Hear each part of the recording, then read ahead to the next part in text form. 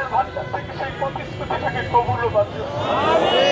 আল্লাহ অনতি বিলম্বে যাতে করে আমার এই বেকার ভাইদের একটা উত্তম কর্মসংস্থানের ব্যবস্থা হয়, আল্লাহ তুমি সেই তৌফিক দান করে দাও। আল্লাহ এমনও এখানে আমার ভাই বোনেরা আছে আল্লাহ, যাদের বাবা মা তাদেরকে কোনোদিন ধমক দিয়ে কথা বলে নাই, তাদেরকে কখনো কটাক্ষ করে কথা বলে নাই।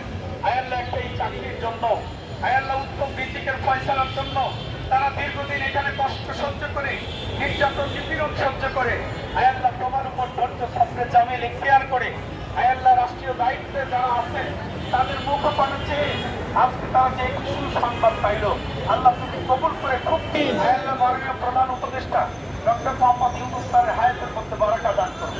আল্লাহ তুমি তার মাধ্যমে এই দেশের সকল বেকারদের মুখে হাসি ফোটানোর মতো একটা ব্যবস্থা করে দিন। আল্লাহ জালিমের দুর্নীতিমুক্ত একটা বাংলাদেশ বিনির্মাণ করার তৌফিক তুমি দান করুন। আল্লাহ তাআলা যেন বাস্তবায়ন করতে পারে সেই তৌফিক তুমি দান করুন।